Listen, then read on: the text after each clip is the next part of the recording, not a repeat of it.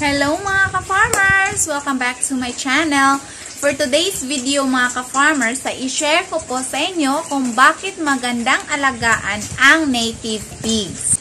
Naisipan ko itong i-share sa inyo ngayon mga ka-farmers dahil sa panahon kasi ngayon, uso ang ASF. At napapansin natin na kadalasan sa natatamaan ng ASF mga ka-farmers ay yung mga commercial pigs o yung tinatawag natin na hybrid.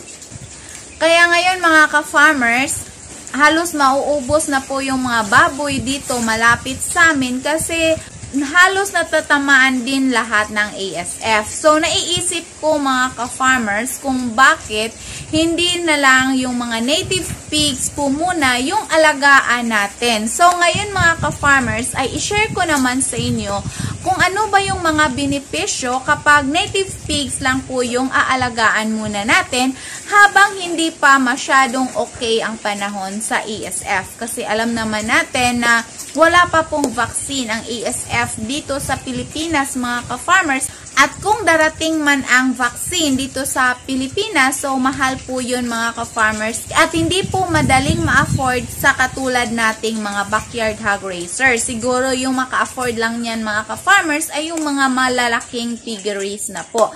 So hindi naman pwede na habang nandito pa yung ASF, palagi pang dumadapo sa bawat baboy mga ka-farmers, ay hihinto din tayo. So mag-iisip tayo ng mga paraan kung paano ba tayo makasurvive. At isa po sa naisip ko mga ka-farmers ay ang pag-aalaga ng native pigs. Ang unang benepisyo mga ka-farmers kapag nag-aalaga tayo ng native pigs ay hindi po kailangan ng malaking puhunan. Lalo na yung puhunan sa feeds mga ka-farmers. Dahil kapag yung mga commercial pigs po ang gamit natin, hindi po pwede na papakainin natin ng mga organic. Whereas kung native pigs lang po, kampante na po sila sa mga organic na pagkain mga ka-farmers. At minsan pa nga, merong ibang mga nag-aalaga ng native pigs na yung mga tira-tira lang yung binibigay. Yung tinatawag po dito sa amin na lamaw mga ka-farmers. Yung mga tira-tirang pagkain. At meron ding iba na pwedeng magpakain ng gabi, mga niyog, para. Meron pong mga iba't ibang root crops mga ka-farmers na pwede po nating ipakain sa ating mga native pigs.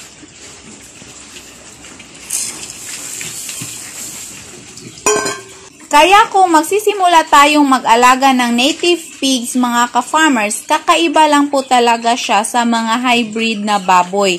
Lalo na kapag masipag lang po tayo maghanap ng mga pagkain nila mga ka-farmers sa paligid, so pwede po natin na yung mga organic lamang po.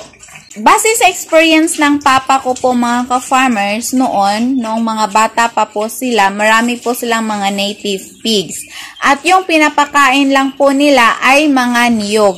Kasi dito sa lugar namin dati mga ka-farmers, nung hindi pa ito na-convert na maging tubuhan, niyugan po ito mga ka-farmers. So yung produkto dito sana ay mga niyog pero pinalitan nila ng mga tubo. Kasi yung may-ari, para sa kanya, mas malaki po yung income sa tubo kaysa niyog. So, marami pong niyog dito sa paligid namin dati mga ka-farmers. So, yun po ang pinapakain nila ni Papa sa kanilang mga native pigs. Kinukudkud po nila yan morning and afternoon mga ka-farmers. Kaya nasasabi ko na kung masipag lang po tayo na maghanap ng mga pagkain nila na nasa ating paligid, hindi po natin kailangan ng malaking puhunan o pera para ipambili ng kanilang feeds kasi walas lang pili sa pagkain mga ka-farmers. At ikalawa naman ay hindi kailangan ng magandang kulungan.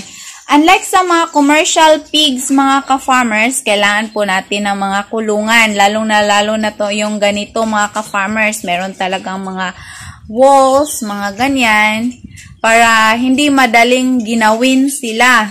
Yung mga sahig mga ka-farmers, kung maaari, pag hybrid na baboy yung inaalagaan natin, dapat talaga na concrete po yung flooring.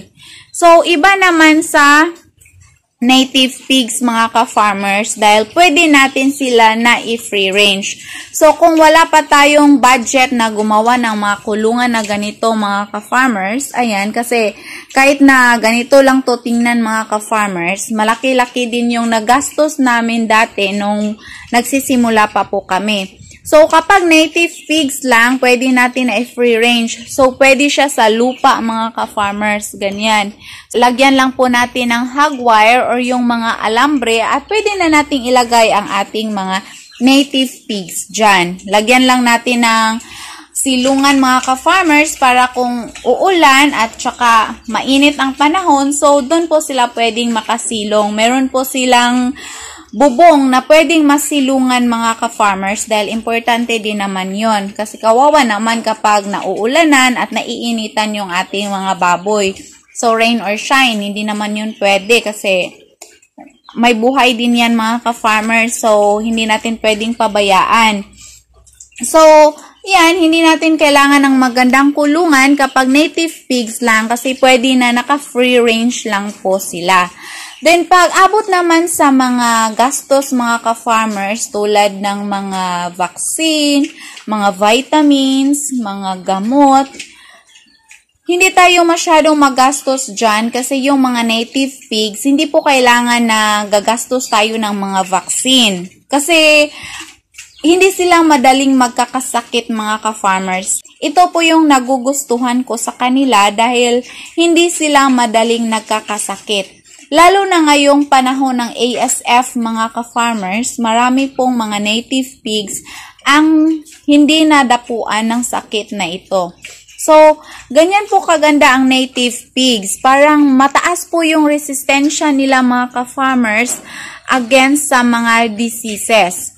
Hindi sila madaling magkakasakit. Kahit na yung mga naka-free range na pwede silang mainitan at bigla na lang maulanan mga ka-farmers, hindi po talaga sila madaling magkakasakit. So, hindi po tayo magiging magastos sa mga gamot. Yung mga hybrid na baboy mga ka-farmers, malaki-laki din yung magagastos natin sa gamot, sa vitamins, sa vaccine kapag yun ang inaalagaan natin. Before natin sila maibenta mga ka-farmers, makakagastos po talaga tayo ng mga vitamins, vaccine at gamot kasi hindi naman talaga maiwasan na yung ating mga baboy ay magkakasakit yan, lalo na po yung pagtatae. So, antibiotic po talaga ang ibigay natin.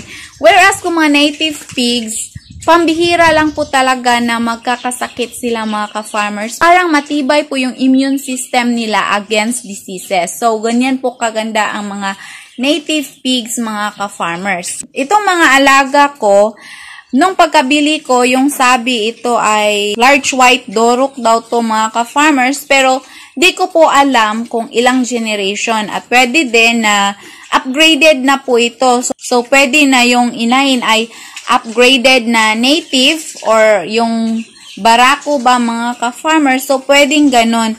Pero pasalamat po tayo dahil napasukan po kami ng ASF last August mga ka-farmers. So, huminto ako ng 1 month at bumalik ako. Pero yung mga binili kong mga baboy ay yung mga galing na po sa bukid kasi mura siya at iniisip ko din na pag galing sa bukid may possibility na meron po yung halong native. Kaya ngayon, doon na po ako bumibili sa bukid mga ka-farmers at ito na po yung mga nabibili natin. Mura siya ng kaunti compared sa commercial pigs pero maganda siya mga ka-farmers dahil hindi po sila madaling magkakasakit.